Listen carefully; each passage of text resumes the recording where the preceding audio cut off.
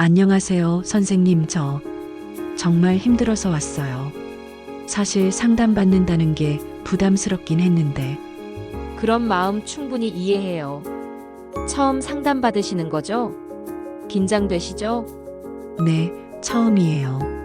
이런 얘기를 다른 사람한테 해도 되나 싶고, 그런데 정말 어디서부터 말해야 할지 모르겠어요. 괜찮아요. 천천히 편한 속도로 말씀해 주세요. 지금 가장 힘든 게 뭔가요? 요즘 손주 돌보는 게 너무 힘들어요. 이렇게 말하면 나쁜 할머니 같지요? 정말 힘들어요. 나쁜 할머니라고 생각하지 마세요. 힘든 걸 힘들다고 말하는 게 잘못된 건 아니에요. 어떤 상황인지 자세히 들려주세요. 큰아들이 작년에 결혼했는데요. 며느리가 임신해서 올해 초에 손주가 태어났어요. 처음엔 정말 기뻤죠. 30년 만에 우리 집에 아기 울음소리가 들리니까. 첫 손주시군요. 처음 안았을 때 기분이 어떠셨어요?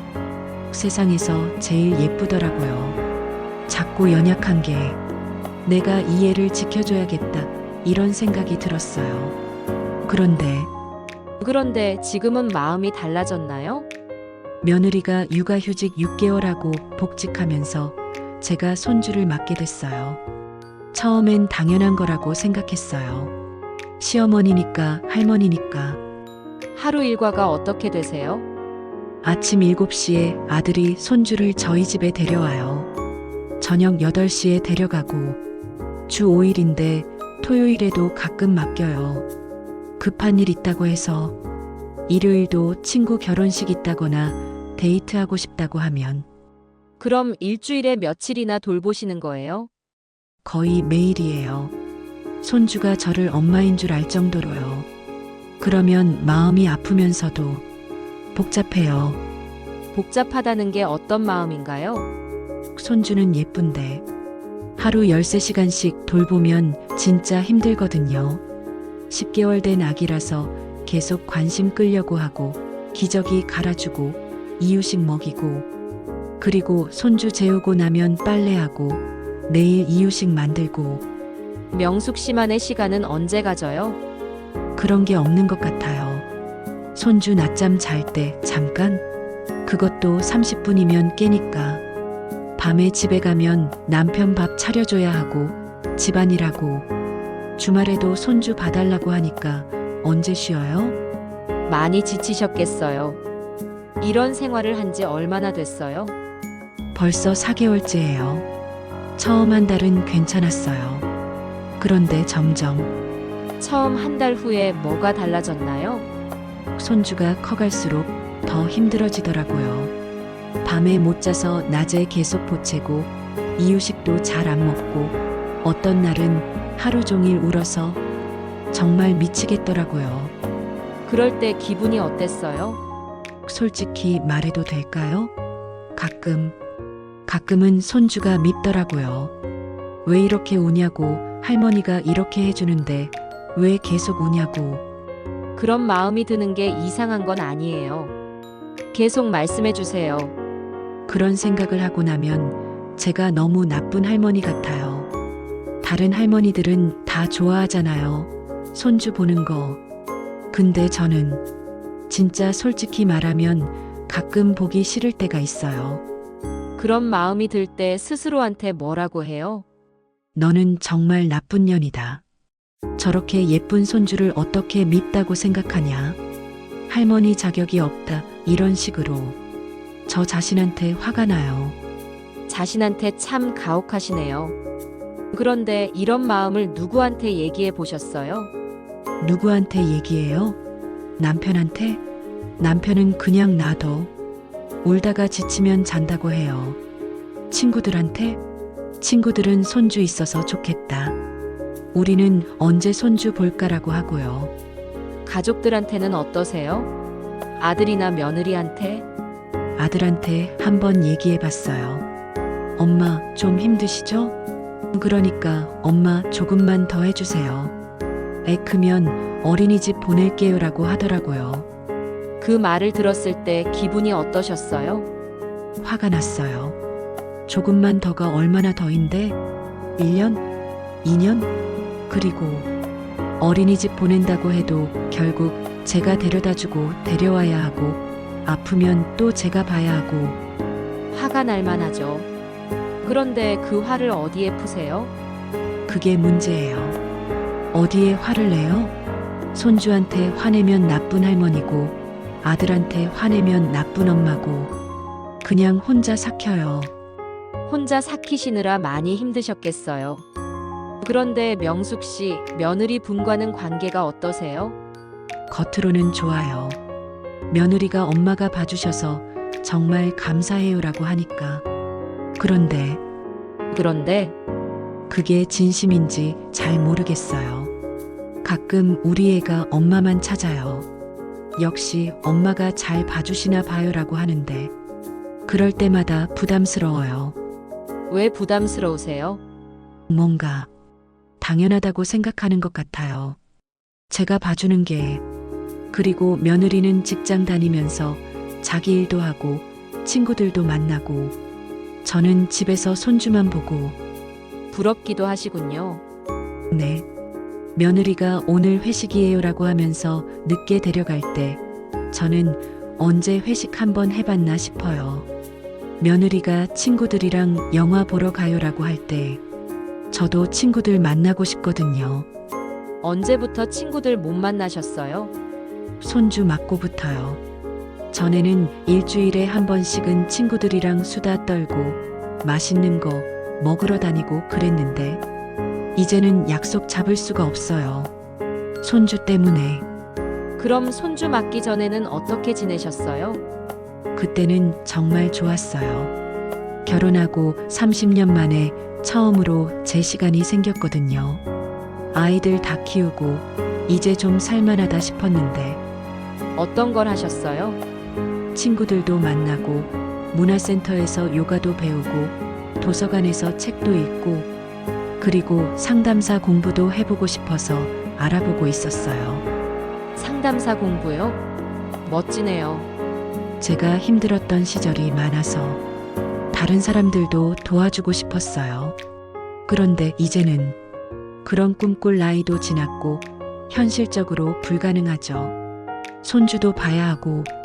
명숙 씨, 아까 나쁜 시어머니가 될까봐 걱정된다고 하셨는데 혹시 시어머니와 관련된 기억이 있으세요?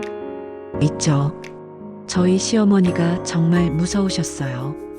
결혼하고 10년 동안 눈치만 보며 살았어요. 어떤 분이셨나요? 모든 걸 자기 뜻대로 해야 하는 분이셨어요. 제가 친정 가는 것도 허락받아야 하고 아이 키우는 것도 간섭하고 제 의견은 전혀 중요하지 않았어요. 그때 기분이 어떠셨어요? 숨 막혔죠. 진짜 제가 사는 게 맞나 싶었어요.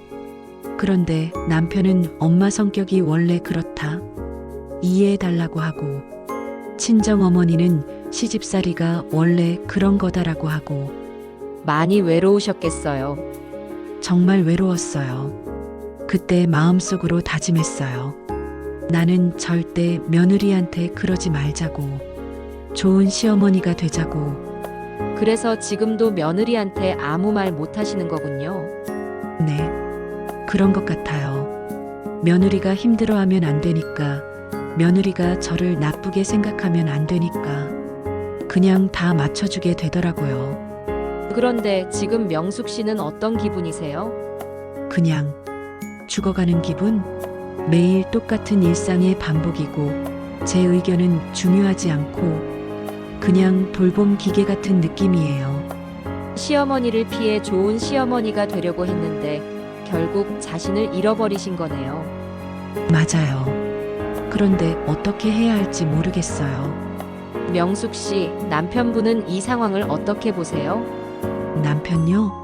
남편은 당연한 거 아니냐? 할머니가 손주 봐주는 게라고 해요.